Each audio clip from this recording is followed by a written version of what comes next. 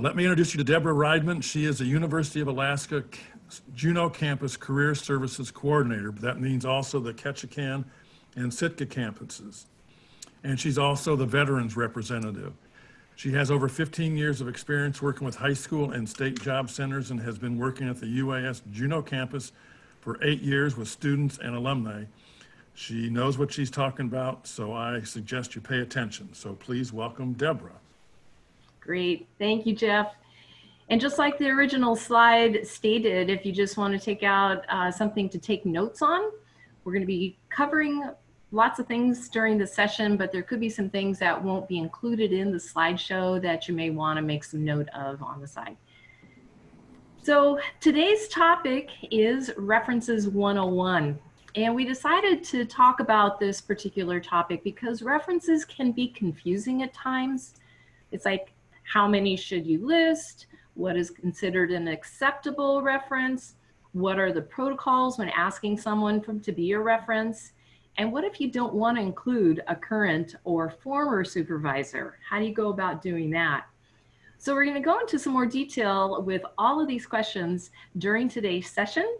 And by the end, you'll have a real clear idea of what you need to do and what steps you need to take. So with each session, we start with what is in it for me. So during the session, we're going to be talking about different types of references, who to ask and why, how many is enough, the right way to ask, references versus letters of reference, references you prefer not to include, and especially how to build strong references. Now, as we go along, please feel free to type in any questions that you might have in the chat room, or you can write those questions down, because at the end of the session, we'll have some time to go over those questions after we stop the recording. So, what type of references are acceptable to employers? So typically, we are looking for professional references, and this is someone who can speak to your work history or your work ethic. And those references can include former or current supervisors, a coworker, current or previous, and a teacher, professor, school, university, staff member. So these are people who have actually seen your work experience, so they can speak to that a little bit more clearly.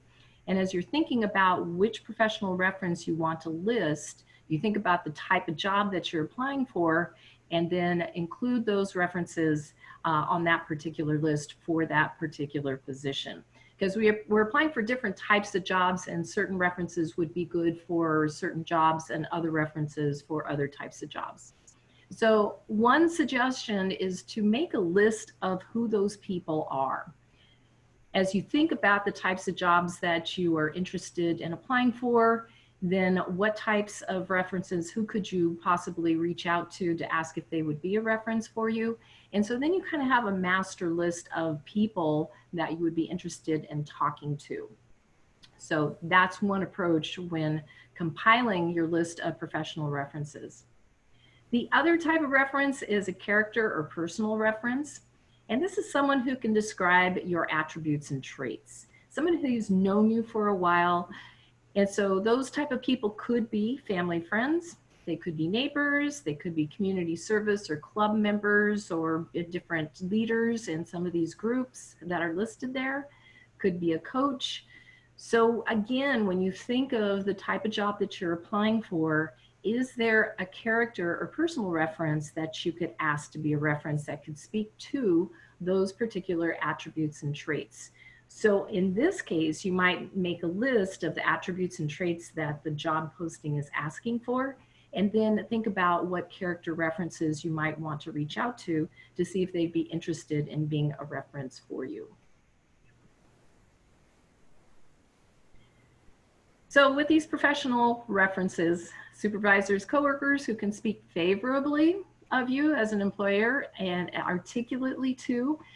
As we all know that some of these references, as we're thinking about who to ask for a particular position, some are going to be able to communicate things more clearly. perhaps in a more professional manner. So think through your references as well. Then think about how they will represent you with their method of communication, either written or verbal. And most of the time when it comes to references, employers want to make phone calls and actually have a phone conversation with the reference. And so as you're thinking through their communication style, that's something else to keep in mind. Oftentimes, we have students that put down teachers, professors that they have taken classes from, and that particular class is relevant to the position that they're applying for. So, like for example, we have a lot of students in our accounting degree program, and there are several classes within the accounting degree program that students could list as references because they can speak to the students, how they've done in the class, what kind of concepts that they've mastered. And so when you think about the type of job that you're applying for, think about the teacher that may have taught you how to increase your skill level within those skill levels that are required for the job. And same for the classes that you've taken that might be especially relevant for the position you're applying for. So those are some things to keep in mind. And you can also add those names of those people to your master list of references and just make a notation as far as what types of things that they would be able to speak to when talking about the things that they would like an employer to know about who you are as a student or who you are as an employee. And then with the character and personal references, think about, again, what attributes the position would value, and then who could speak best to those attributes that you possess and in what type of a context. So just some additional things to consider when you're thinking about asking people to be a reference for you. Now this question comes up a lot. So how many is enough? And this number, when I'm doing my research on this, oftentimes I'll see, just 2, but in our case, especially with the university, our HR department is required to contact a minimum of 2 references. And so I kind of err on the side of a little bit higher. So if you list 3 to 4, what that will do is if they are not able to get in touch with a reference for whatever reason, then you have another one that they can move to so that they can make those calls. And the thing about the HR side of the job search, there's a lot of things that the employer has to go through on the HR level. The HR department requires them to do certain things, ask certain questions. They have a timeline that they have to adhere to. So the easier you make it for them to get in touch with a reference, and in this case, for example, at least 2 references, then the sooner the hiring process can move along. Oftentimes, the hiring process can get stalled at this stage. And you don't want the hiring process to get stalled at this stage. You want them to be able to contact your references to get the green light so you get that job offer. So this is just a kind of a guideline. And so see if you can identify 3 to 4, and then they'll have some extras to work on if they need to. Now the next part is how to ask permission. And this is extremely important. You have to ask these people if they would be okay for you to list them as a reference. So you need to ask their permission. Some of the things that have happened with job seekers before is they will just put somebody down as a reference, and that person has no idea that they're being listed as a reference. And then when they get a reference call, they're taken by surprise. And then you're not quite sure what they're going to say about you as a potential employee because they haven't had a chance to think through what they might say. So number one, you always ask for permission. Do never, ever put somebody down as a reference unless you have asked their permission to do so. So once you have your list and you're starting to reach out to people to ask permission to list them as a reference, then ask nicely. Be aware of their time, be aware of how this could, what they might say. you know, have them to think through if they would be an appropriate reference for you. So you can ask in the way that it's listed here in letter A, and just ask them if they'd be comfortable serving as a reference for a position you're applying for. And then if they hesitate, that's a clue.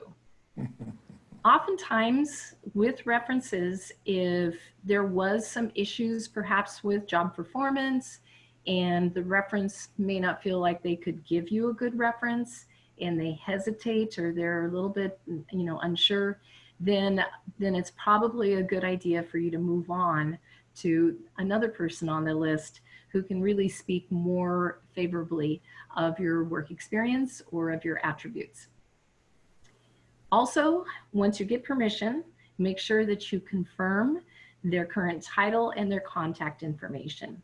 This is one of the most frustrating parts about a reference when it comes to the hiring manager when they're making reference calls, is if they can't get in touch with the person. So it's vitally important that you get their current contact information. Their phone number is most important, and then a preferable email address. So confirm that with them and make sure that those are the ways that they want to be contacted by the recruiter. And then you've got all that information ready to go. The next step would be to email a copy of the job posting to your references. So as you're applying for different jobs, and oftentimes when we're in the job search mode, we might have applied for, you know, 4 or 5 different jobs over the last month or two. And if we don't save those job postings, then when we want to go back to review those job postings for interview preparation or to send the job description to one of our references, most of the jobs are posted online, and so when we go back to try to find it, they're gone. So as a practice, this is really important too. When you apply for a job, make sure that you capture the job posting.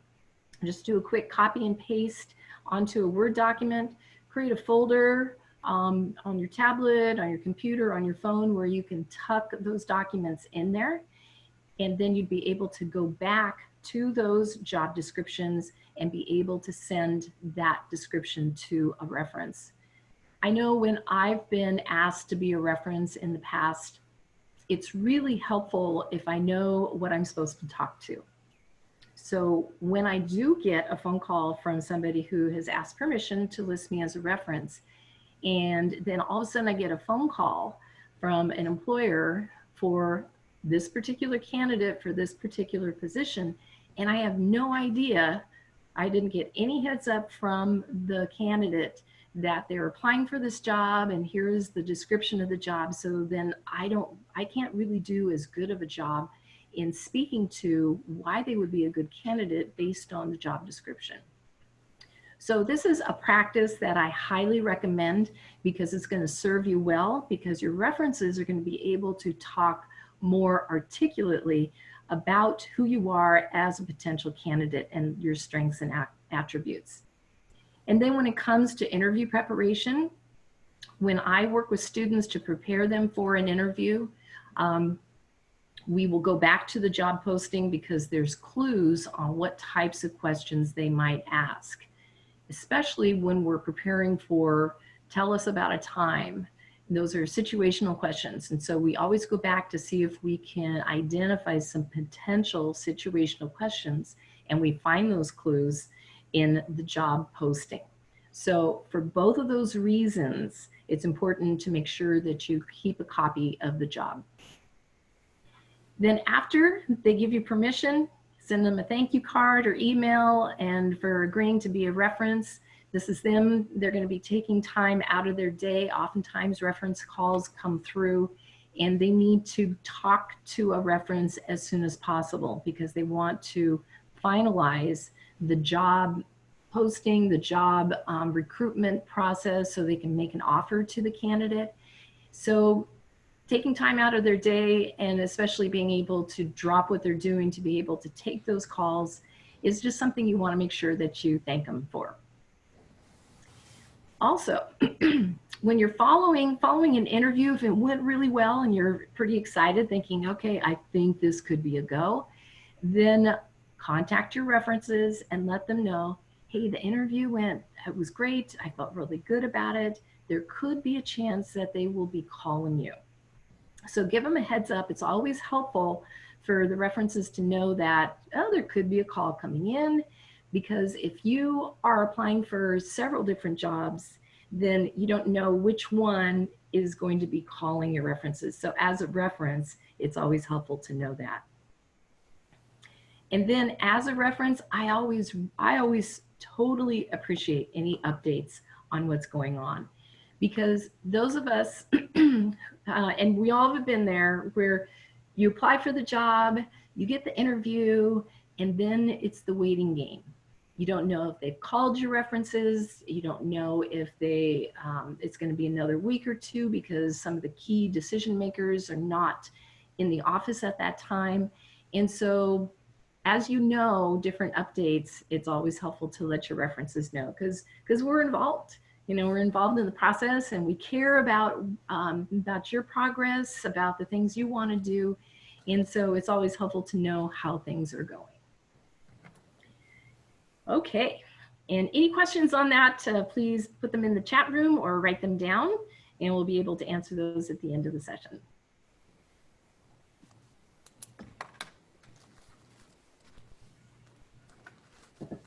Now, this comes up every once in a while, where I have students and alumni, and they ask me, okay, so they're asking for references, and then for some reason they think that they are asking for a letter of reference.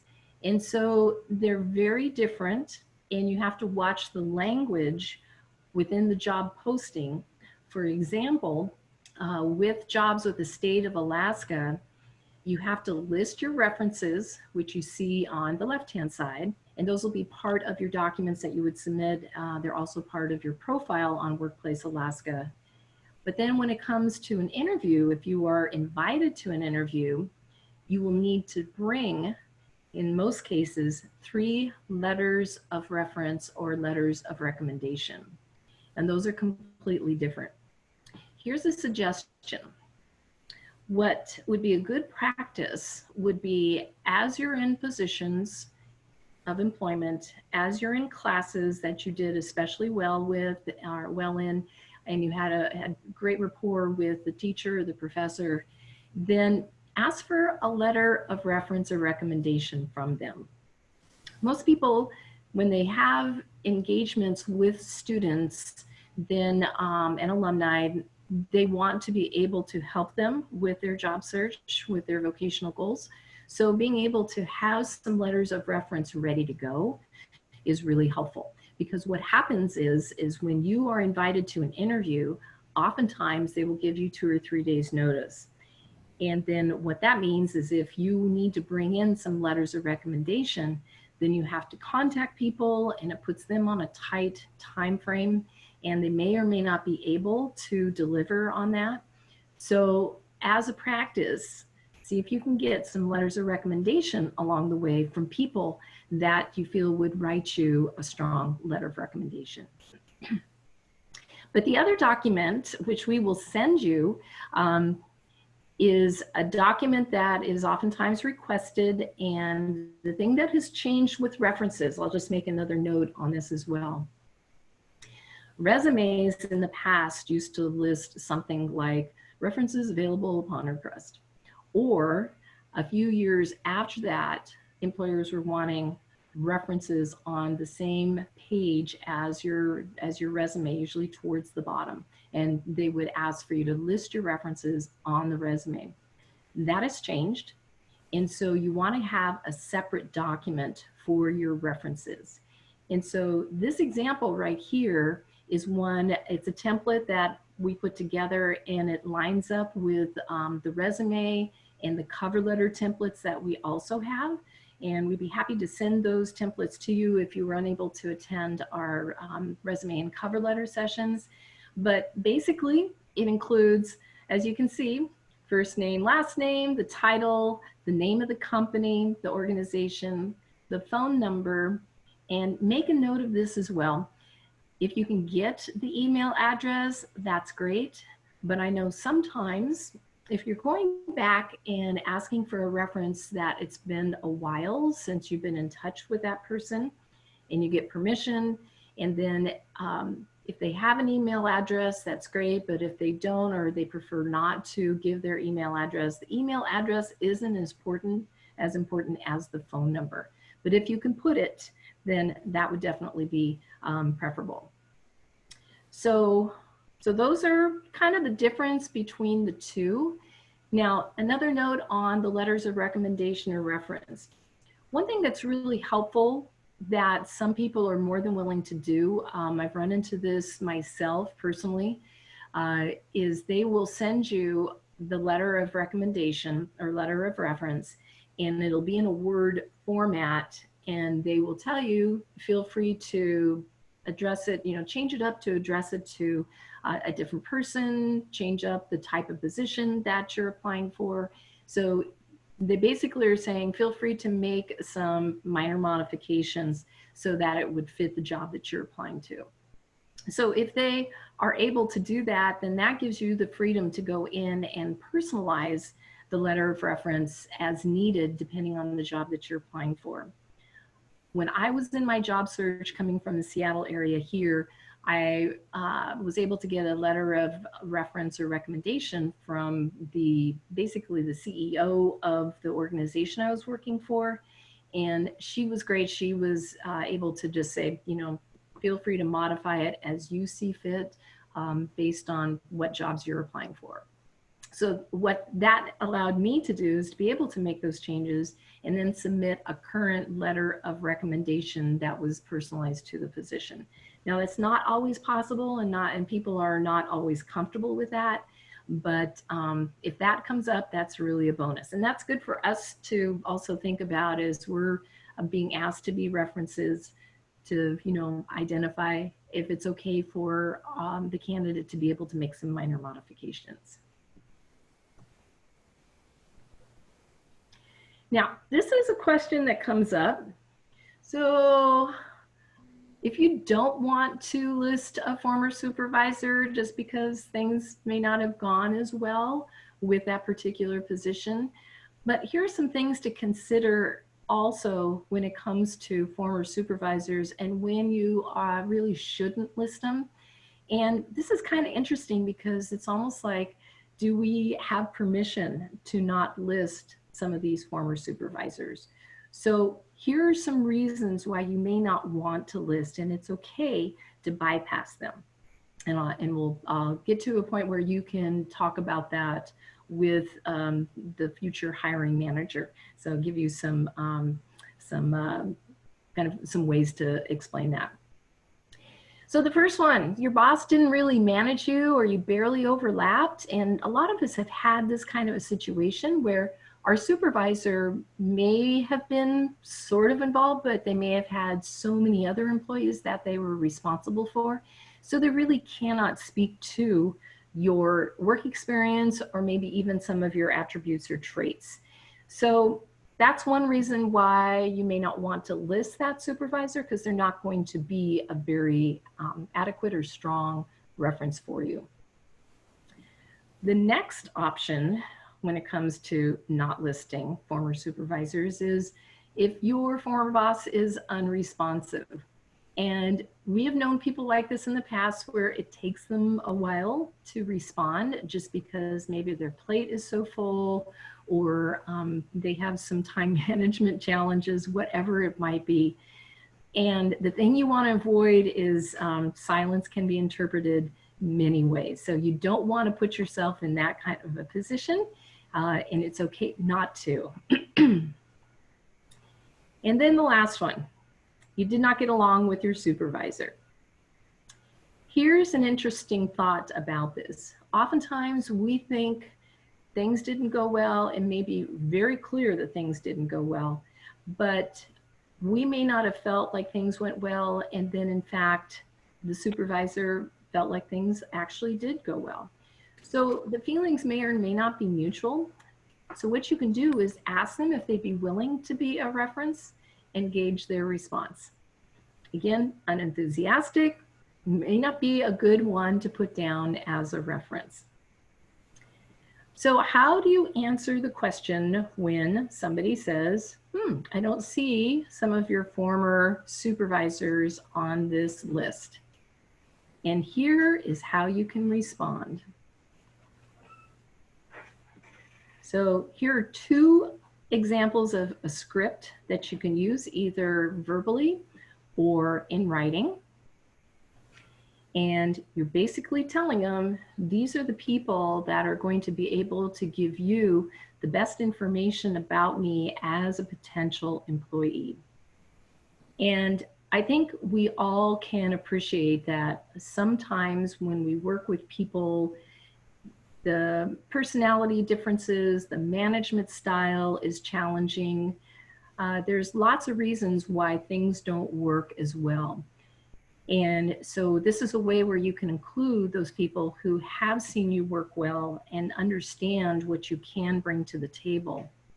And this is how you could respond to the question as far as why a particular supervisor isn't on the list.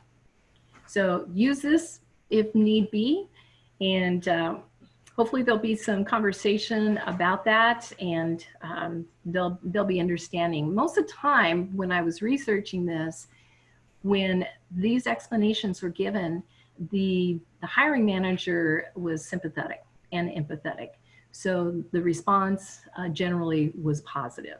So that was encouraging. Now, the one thing that's really important right now is you're in the process, if you're employed right now, or if you're going to be employed, you're in the process of building strong references. When I work with students, both high school students, college students, and alumni, especially students that are on campus and the campus job is their first job, they need to understand the importance of making sure that that very first job is critical, because that's going to be their potential first reference. So as you think about while you're employed, and keep in mind that that supervisor could be one of your references, you want to make sure that that supervisor is going to be a strong reference. So here's how you can do that. You're going to start your job well. We're going to talk about mastering the art of starting a job in our session tomorrow. And there are some things that you can do to be proactive in this way. So stay tuned for that. The next point underneath is to check yourself. This will be hyperlinked in the PDF of this session that we'll be emailing to you. But I think it's always really great to review the types of traits that STAR employees possess that employers value, and then just do a quick inventory and kind of figure out, how am I doing in this particular area? And you can gauge that both personally, but more importantly, professionally. And you go, okay, I could maybe up my game a little bit on these different things. And so those are the kinds of traits that you want employers to be able to describe you. And so being able to know what those are and then check yourself and see how you're doing is also a good practice.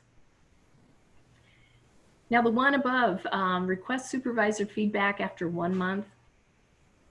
This is something that I think is also extremely important, because when you start a new job, you get, things are moving along, you're learning the skills, you're working on the projects that have been assigned. But then after about a month, you want to find out if things are going well from your supervisor's perspective. So here are some simple questions. They seem very basic, but my supervisor in a job that I held previously was saying that she really appreciated these 3 questions, and it allowed her to be able to articulate what she has been valuing about the new employee, and in that case, myself.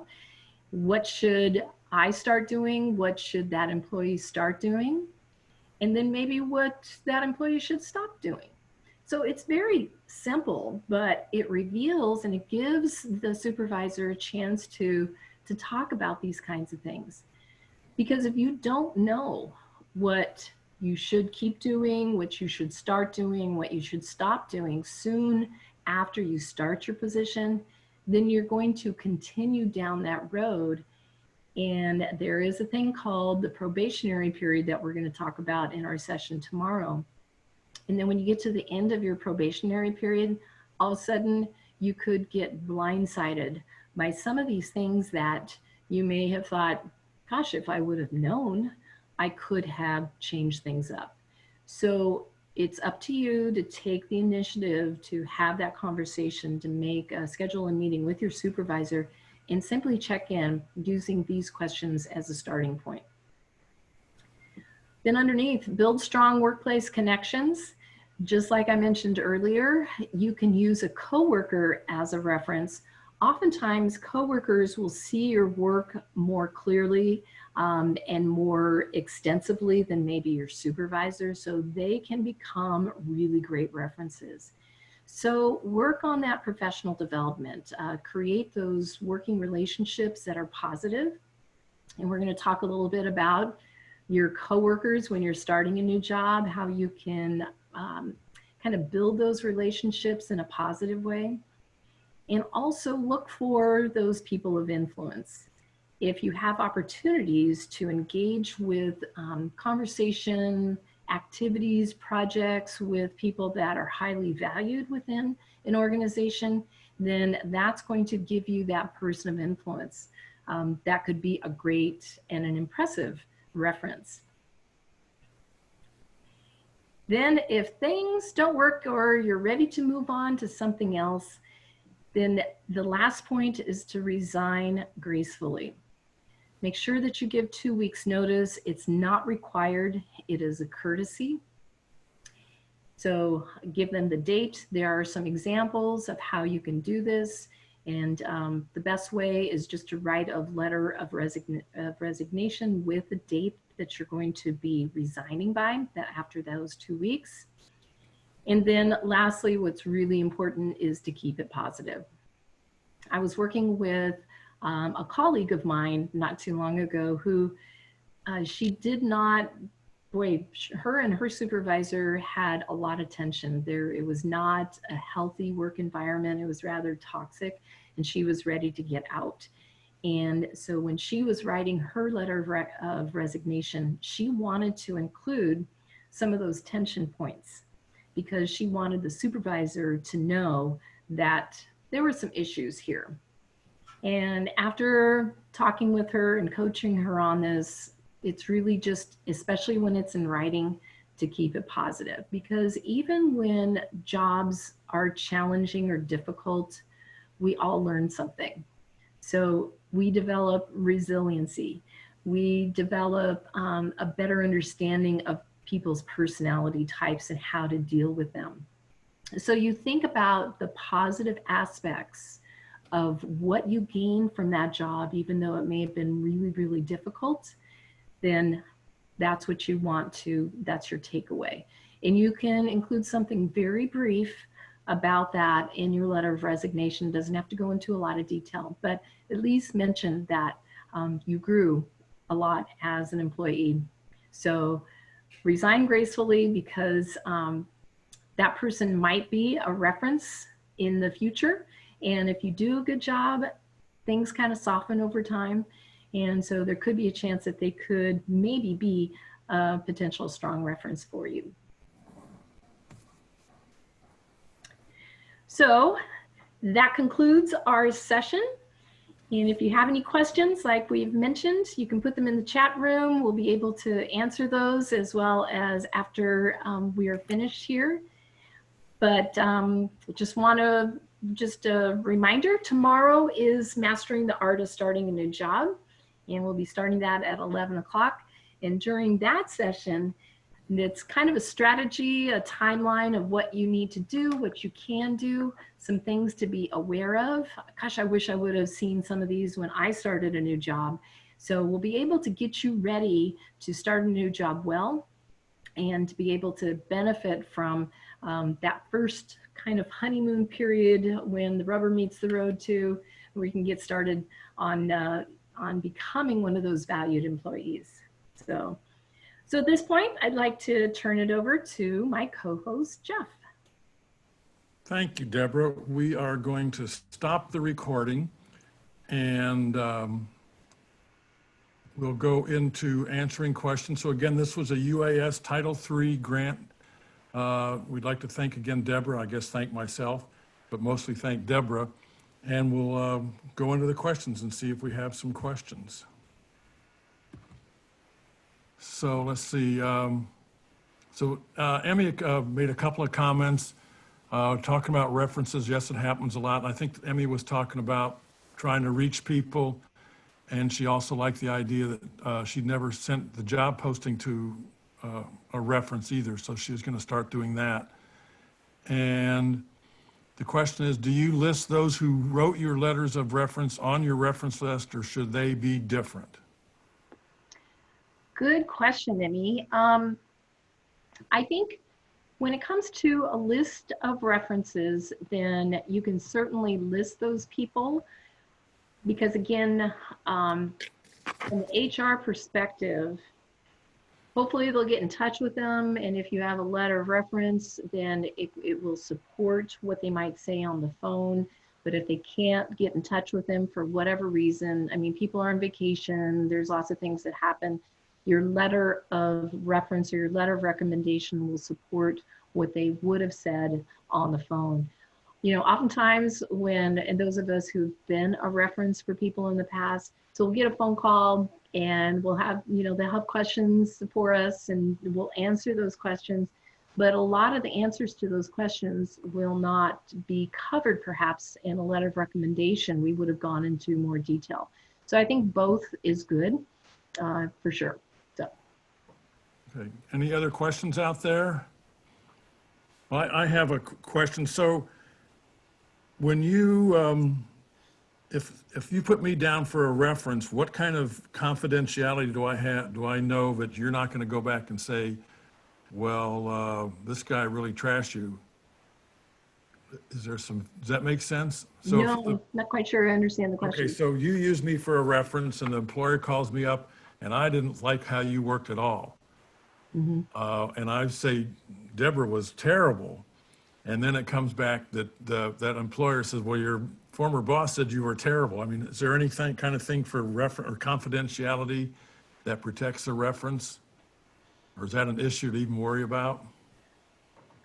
When I haven't run into this personally where somebody who'd called who I thought, oh my gosh, I can't really, I would give a bad reference. I would give a bad report on that employee.